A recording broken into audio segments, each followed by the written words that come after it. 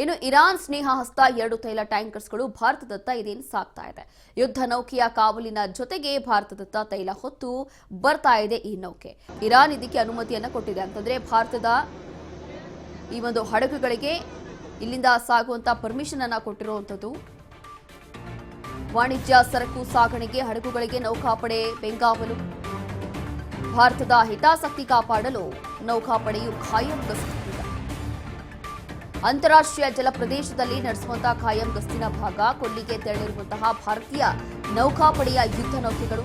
ಭಾರತೀಯ ನೌಕಾಪಡೆಯ 3 ಯುದ್ಧ ನೌಕೆಗಳು ಒಮನ್ಗೆ ಉದ್ವಿಗ್ನ ಪರಿಸ್ಥಿತಿಯ ನಡುವೆ ವ್ಯಾಪಾರಿ ಹಡಗುಗಳಿಗೆ ಬೆಂಗಾವಲನ್ನ ಕೊಡ್ತಾ ಇದ್ದಾರೆ.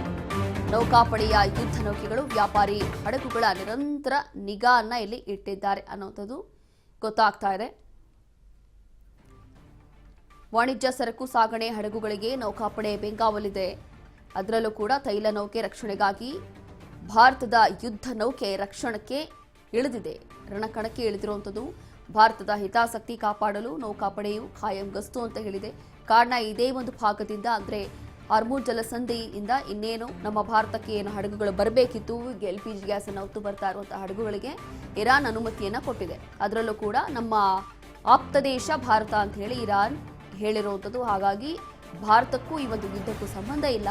ಇಲ್ಲಿ ಹಾರ್ಮುಜ್ ಜಲಸಂಧಿ ಬಂದಾಗಿರೋದ್ರಿಂದ ಇಲ್ಲಿ ಭಾರತದಲ್ಲಿ ಎಷ್ಟೆಲ್ಲ ಸಮಸ್ಯೆ ಆಗ್ತಾ ಇದೆ, ಎಷ್ಟೆಲ್ಲ ಅಲ್ಲೋಲ ಕಲ್ಲೋಲ ಶುರುವಾಗಿದೆ ಅಂತ ಹೇಳಿ ಗೊತ್ತಿರುವಂಥ ವಿಚಾರ. ಹಾಗಾಗಿ ಇಲ್ಲಿ ಶೀಘ್ರದಲ್ಲೇ ಎಲ್ಲವೂ ಕೂಡ ಸರಿ ಹೋಗುತ್ತೆ, ಶೀಘ್ರದಲ್ಲೇ ಎಲ್ಲವೂ ಕೂಡ ಸರಿ ಮಾಡ್ತೀವಿ, ಜಸ್ಟ್ ವೇಟ್ ಅಂಡ್ ವಾಚ್ ಅಂತ ಹೇಳಿ ಇರಾನ್ ಕೂಡ ಒಂದು ಇನ್ಫಾರ್ಮೇಶನ್ ನ ಕೊಟ್ಟಿತ್ತು. ಅದಾದ ನಂತರ ಹಾರ್ಮುಜ್ ಜಲಸಂಧಿ ಓಪನ್ ಮಾಡಿದ್ರು.